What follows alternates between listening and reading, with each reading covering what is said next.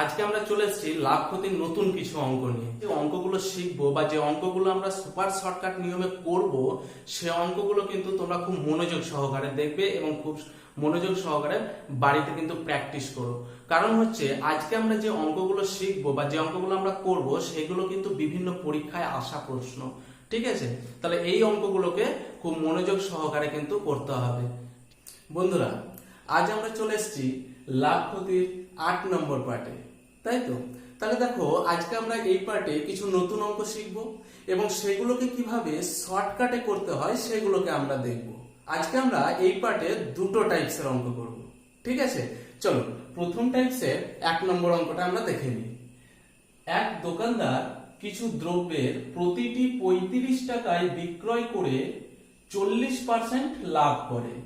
সে 60% লাভ পেতে চাইলে প্রতিটি দ্রব্যের বিক্রয় মূল্য কত হতে হবে?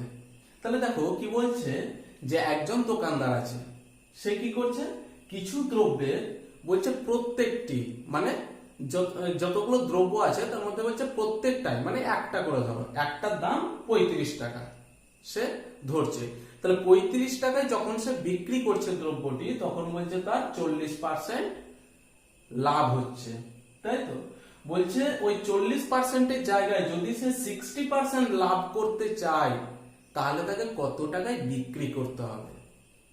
যখন সে 35 টাকায় বিক্রি করছে তখন 40 টাকা লাভ হচ্ছে, তাই তো? 40% লাভ হচ্ছে। বলছে 60% লাভ পেতে চাইলে কত টাকায় তাকে বিক্রি করতে হবে। তাহলে চলো দেখো, এই ধরনের অঙ্কগুলো আমরা কিভাবে সুপার শর্টকাটে করব। তাহলে দেখো, আমার কি চেয়েছে, প্রথমে চেয়েছে বিক্রয় মূল্য, তাই তো? তাহলে প্রথমে আমাকে কি করতে হবে, বিক্রয় মূল্য আমাকে লিখে নিতে হবে।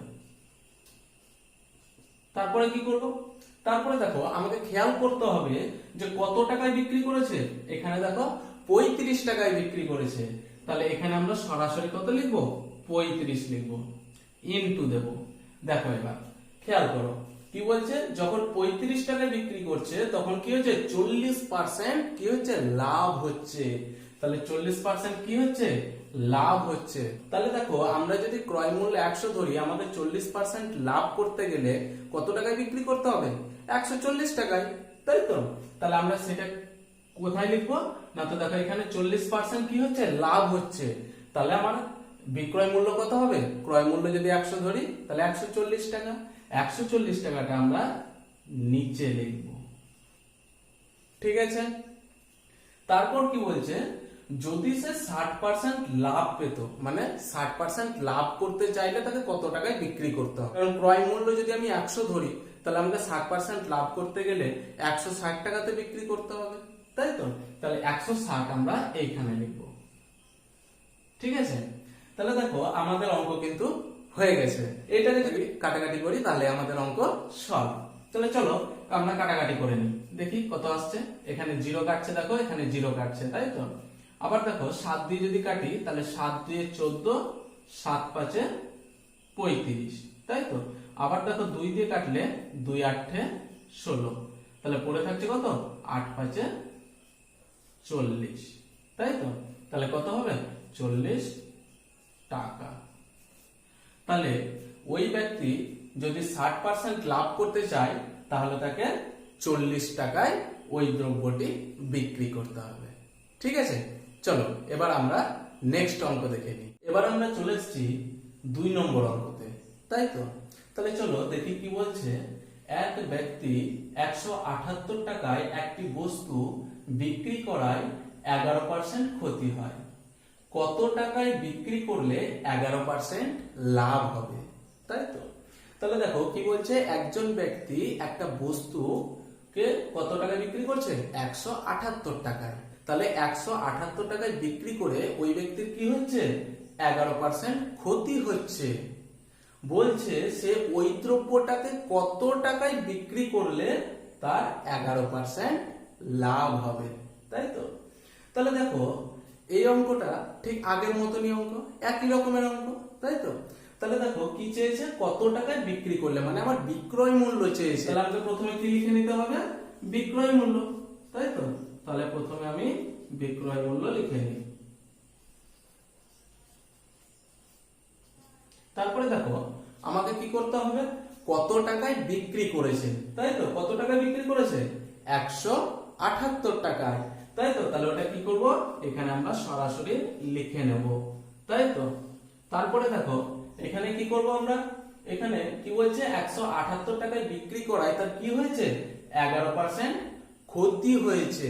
তাহলে দেখো আমরা যদি ক্রয় মূল্য 100 ধরি আর যদি 11% ক্ষতি হয়, তাহলে আমার বিক্রয় মূল্য কত হবে? আমার ক্রয় মূল্য ছিল 100 টাকা, 11% আমার ক্ষতি, তাহলে বিক্রয় মূল্য অবশ্যই 100 মাইনাস 11, তাই তো? তাহলে 100 মাইনাস 11 সমান কত হয়? 89, তাই তো? তাহলে এখানে আমরা কত লিখবো? 89। তারপরে কি বলছে, কত টাকায় বিক্রি করলে 11% লাভ হবে, তাই তো? আমার ক্রয় মূল্য 100 আমরা ধরেই নিয়েছি, তাহলে 11% লাভ করতে গেলে আমাকে কত টাকায় বিক্রি করতে হবে? 111 টাকায়, তবেই তো আমার 11% লাভ হবে, তাই তো? তাহলে দেখো এখানে কত লিখবো? 111, তাই তো? এবার দেখো আমাদের অঙ্ক কিন্তু হয়ে গেছে, এবার সামান্য কাটাকাটি করে দিলে আমাদের হয়ে যাবে। দেখো কাটাকাটি করলে কি হবে, 89 দিয়ে সরাসরি দিয়ে দিচ্ছি, তাহলে দেখো 2 দিয়ে চলে যাচ্ছে, তাহলে কত পড়ে থাকছে? 2 2 2, তাই তো? তার মানে 222 টাকা। তাহলে ওই ব্যক্তিকে কত টাকায় দ্রব্যটি বিক্রি করতে হতো? ওই ব্যক্তিকে 222 টাকায় দ্রব্যটি বিক্রি করতে হতো, তাহলে কি হতো? তাহলে 11% লাভ হতো, ঠিক আছে? এবার আমরা চলে এসেছি টাইপ 2 এর অঙ্কতে। তাহলে চলো এই টাইপের অঙ্কগুলো একটু কি রকম সেগুলো আমরা দেখে নিই, ঠিক আছে? দেখো একটি দ্রব্যের ধার্য মূল্য 500 টাকা, পরপর দুবার যথাক্রমে 20% ও 10% ছাড় দিলে দ্রব্যটির বিক্রয় মূল্য কত হবে, তাই তো? তাহলে দেখো কি বলছে, কোন একটি দ্রব্য যার ধার্য মূল্য লেখা আছে 500 টাকা, বলছে প্রথমে একবার 20%, তারপরে আর একবার বলছে কত, 10% ছাড় দিচ্ছে, তাহলে দ্রব্যটির বিক্রয় মূল্য কত হবে? তাহলে দেখো এই ধরনের যখনই কোনো অঙ্ক দেবে তখন আমাকে দুটো জিনিস খেয়াল করতে হবে। এখানে কি দিচ্ছে, যে কত টাকা ধার্য মূল্য লেখা আছে বা মোট কত টাকা লেখা আছে, আর এখানে দেখো কবার ছাড় দিচ্ছে, 20%, আর এখানে 10% ছাড় দিচ্ছে, ঠিক আছে? কখনো ছাড়ের জায়গায় হয়তো তোমাকে লাভ বলে দিতে পারে বা কখনো ক্ষতি বলে দিতে পারে, ঠিক আছে? এই জায়গাগুলো আমাকে খেয়াল রাখতে হবে। এখানে কি বলেছে, 20% ও 10% ছাড় দিয়ে দিচ্ছে, তাই তো? তাহলে চলো এই ধরনের অঙ্কগুলো আমরা দেখে নিই। তাহলে দেখো আমাকে কি চেয়েছে, বিক্রয় মূল্য চেয়েছে, তাই তো? তাহলে আমি সরাসরি কি লিখবো, বিক্রয় মূল্য। এবার দেখো বিক্রয় মূল্য লেখার পর আমি কি বলেছিলাম, যে আমার মোট টাকা বা ধার্য মূল্য কত আছে, কত আছে? 500 টাকা, তাই তো? তাহলে চলো এখানে আমরা কত লিখে নেবো, 500, তারপরে গুণ চিহ্ন দেবো, ঠিক আছে? দেখো কি করছে, 20% প্রথমে ছাড় দিচ্ছে, তাহলে দেখো আমি যদি ক্রয় মূল্য 100 ধরি, তাহলে সেখান থেকেই তো আমি 20% ছাড় দেবো, তাই তো? আমি সেখান থেকে 20% ছাড় দিলে কত হবে, 80 টাকা, তাই তো? তাহলে দেখো আমার 100 টাকা থেকে আমি 20% ছাড় দিচ্ছি, তাহলে কত হবে, 80 টাকা, তাই তো? আবার দেখো সেম জিনিস একই রকম 100 টাকা থেকে কত ছাড় দিচ্ছে, 10%, তাহলে কত হবে, 90 টাকা।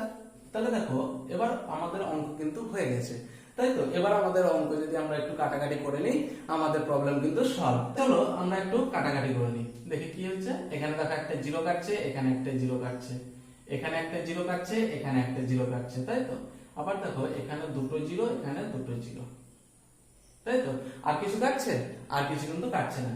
তাহলে দেখো এখানে পড়ে আছে 5, এখানে পড়ে আছে 8, তাহলে কত হয়, 8 5 40, আর এখানে 9 গুণ আছে, তাই তো? তাহলে 40 এর সাথে 9 গুণ করলে 9 4 36, মানে 360 টাকা, তাই তো?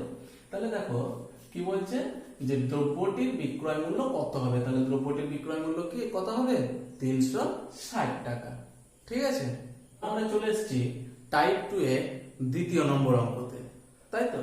তাহলে দেখো কি বলছে, যে একটি দ্রব্যের উৎপাদন ব্যয় 840 টাকা, উৎপাদক 10% লাভে এটি এক ব্যক্তির কাছে বিক্রয় করে এবং সেই ব্যক্তি 5% ক্ষতিতে অপর এক ব্যক্তির কাছে বিক্রয় করে। সর্বশেষ বিক্রয় মূল্য কত, তাই তো? তাহলে বলছে দেখো কি যে একটা দ্রব্য উৎপাদন করতে মানে তৈরি করতে খরচ হচ্ছে কত, 840 টাকা। এবার ওই দ্রব্যটাকে যে তৈরি করছে মানে উৎপাদক, সে কি করছে, ওই দ্রব্যটাকে অন্য একজন ব্যক্তির কাছে বিক্রি করছে। তাহলে যখন উৎপাদক অন্য একজন ব্যক্তিকে বিক্রি করছে ওই দ্রব্যটা, তখন কি করছে, 10% লাভে বিক্রি করছে। এবার কি করছে, উৎপাদক যাকে বিক্রি করলো ওই ব্যক্তি আবার অন্য একজন ব্যক্তিকে ওই দ্রব্যটা বিক্রি করছে, তখন তার কি হচ্ছে, 5% ক্ষতি হচ্ছে, তাই তো? দেখো 5% ক্ষতি বলে দেওয়া আছে, তার মানে তার 5% ক্ষতি হচ্ছে। বলছে সর্বশেষ বিক্রয় মূল্য কত, তাহলে সর্বশেষ আমাকে বিক্রয় মূল্য বের করতে হবে, তাই তো? তাহলে চলো সর্বশেষ বিক্রয় মূল্য প্রথমে কি করতে হবে, তাহলে এখানে আমাকে বিক্রয় মূল্য লিখে নিতে হবে। বিক্রয় মূল্য লেখার পর আমি কি বলেছিলাম, মোট টাকা, তাই তো? তাহলে এখানে উৎপাদন ব্যয় মোট কত বলেছে, 840 টাকা, তাই তো? তাহলে এখানে কি করব, 840 লিখে নেব, গুণ করব। কত গুণ করব না, তো দেখো এখানে বলেছে কত, 10% লাভ। আমি যদি ক্রয় মূল্য 100 ধরি, তাহলে আমার 10% লাভ করতে গেলে আমাকে কত টাকা বিক্রি করতে হবে, 110 টাকা, তাই তো? তাহলে 100 টাকা যদি আমার ক্রয় মূল্য হয়, তাহলে 110 টাকা আমাকে বিক্রি করতে হবে, তাই তো? তার সাথে কি করতে হবে, বলছে দেখো কি যে 5% ক্ষতি বলা আছে, তাই তো? তাহলে আমার ক্রয় মূল্য যদি 100 হয়, 5% ক্ষতি বলেছে, তাহলে আমাকে কত টাকায় বিক্রি করতে হবে, 95 টাকায়, তাই তো?